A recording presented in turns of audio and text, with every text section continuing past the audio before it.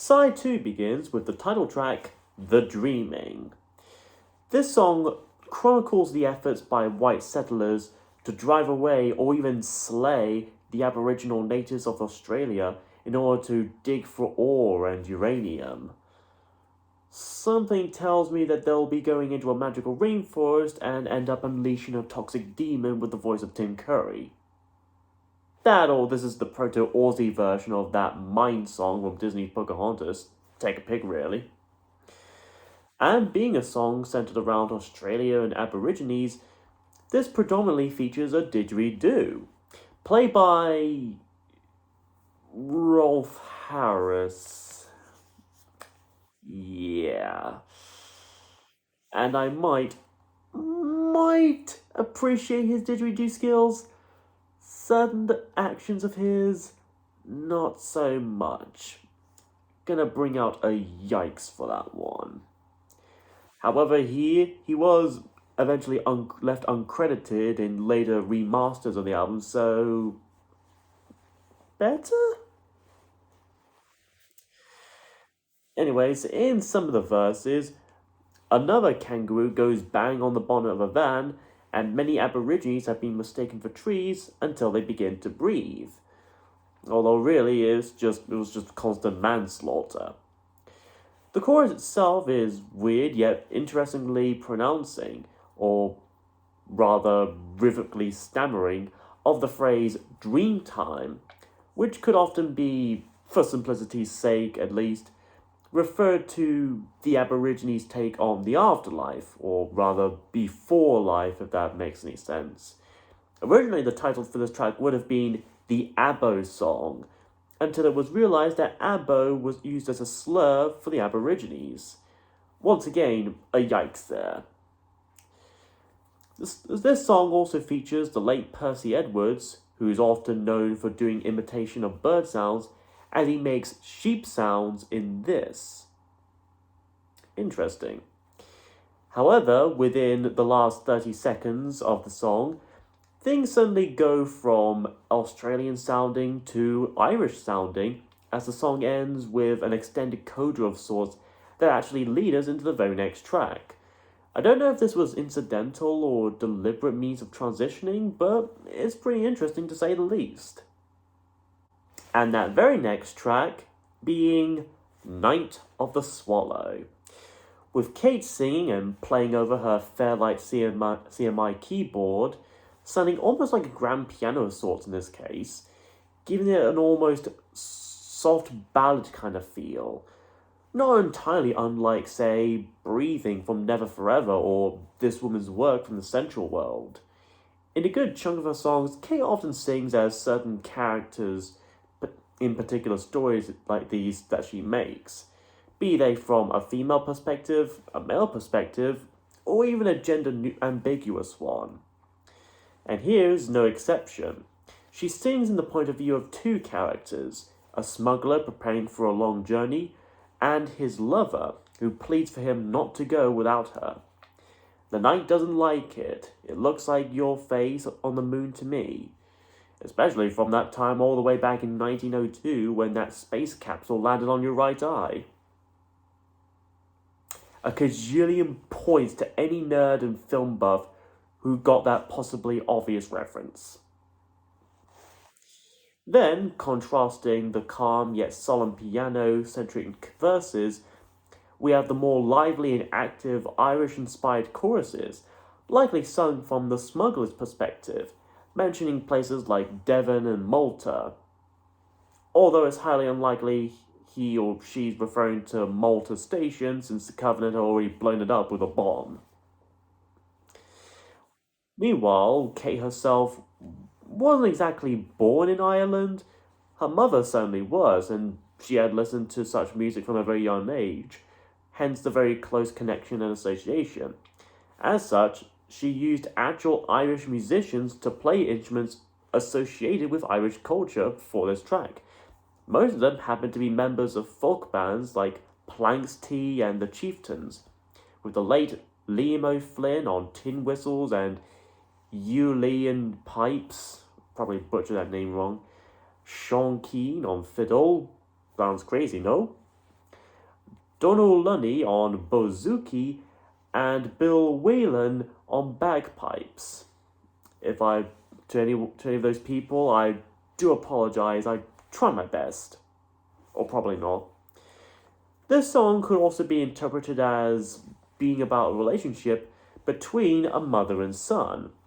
How the mother doesn't want the son to leave the nest so soon, which, however, ends up making the boy's urge to go and see the world grow even stronger.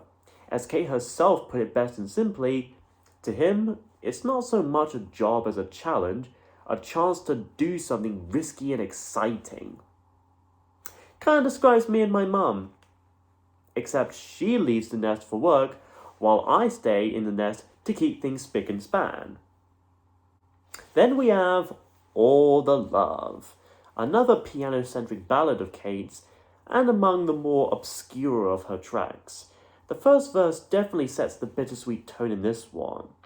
The first time I died was in the arms of good friends of mine. They kissed me with tears. Obviously meaning her dying on a deathbed, with close friends and families gathering around to witness her final moments of life. This feels somehow relevant somehow, yet I just can't quite put my finger on it for some reason. Anyways, about 40 seconds in, things go a bit quiet as we could faintly hear ghostly vocals singing that they needed you to love them too, and they wait for the next move. Boy, this game of chess with the dead has turned out to be much weirder than it already had any right to be.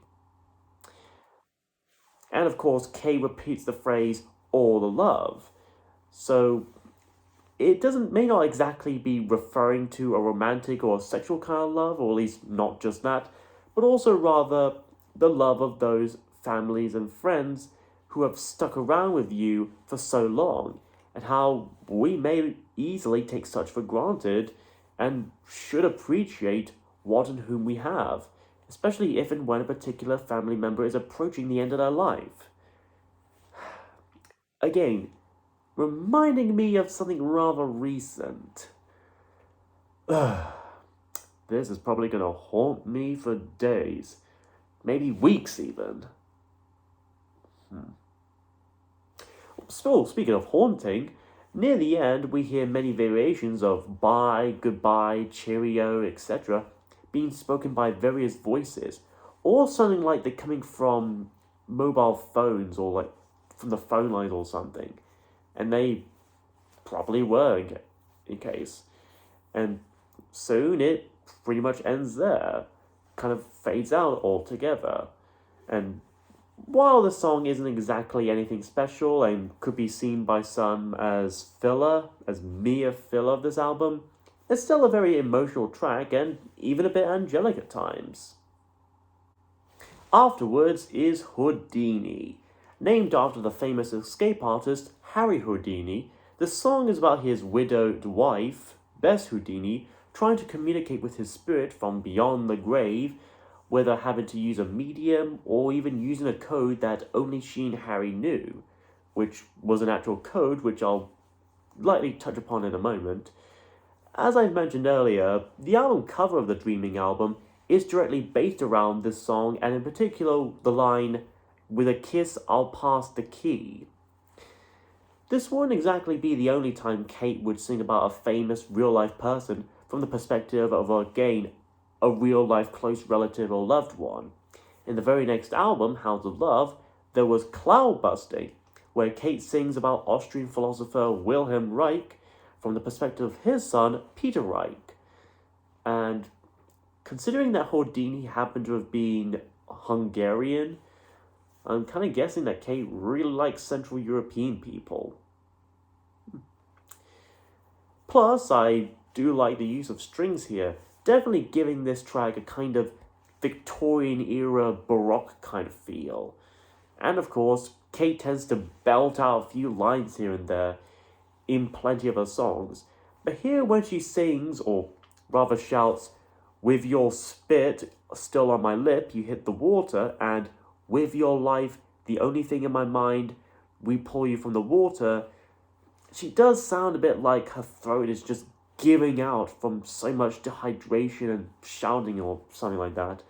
Nothing against her. I'm sure she's trying, but it's just an audio observation. Just kind of how I hear it.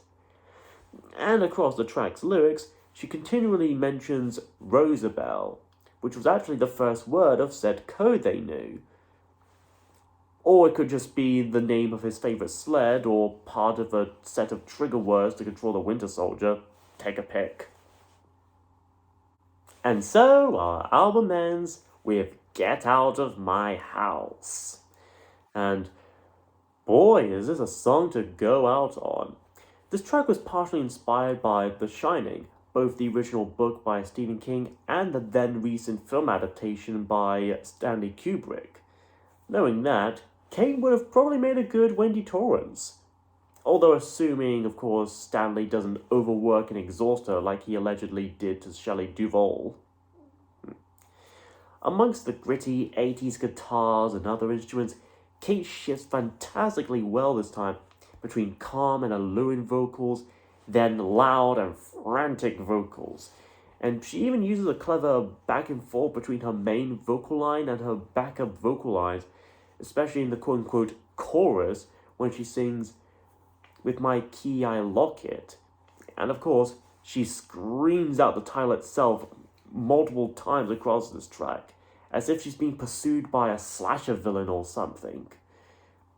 And at a bizarre climax to an already bizarre track, she could be heard conversing with a dark male voice, bringing in the memories and devil dreams, how she'll turn into a bird, turn into the wind, and turn into a mule. Then, fittingly enough, she starts braying and whinnying like a mule or a donkey. I guess Eeyore had just reached the breaking point of his manic depression and it's just going on a rampage at this point. I kind of figured Eeyore would be psychotic. Anyways, that was The Dreaming by Kate Bush, and it's weird, it's avant-garde, it's experimental, and that's why I love it. It may not have the most weirdest of music out there. I'm sure many people have heard weirder, stranger music, and I might have as well, but this is somewhere up there. Kate's recognizable vocals are well ranged with emotion and moods. Her lyrics are intriguing and thought-provoking.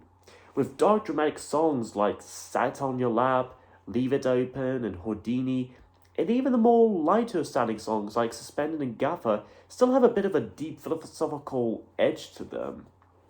Plus, this album would be why we'd have stuff like Hounds of Love, Central World, and Red Shoes.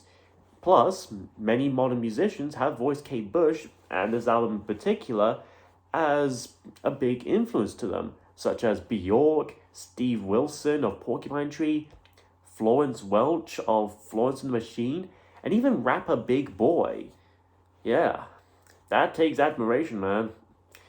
So, if you want to get into Kate Bush and her well-ranged, diversified music, find yourself a copy of this anywhere or look it up online and give it a try. And to anyone who are already big Kate Bush fans, what do you folks think? Do you think this is her best album in your opinion? Or do you more or less prefer one of her other works? Feel free to express your thoughts down below in the comments. Next time, we have ourselves a little bit of love and gold, as we take a look at an album by the Dire Straits.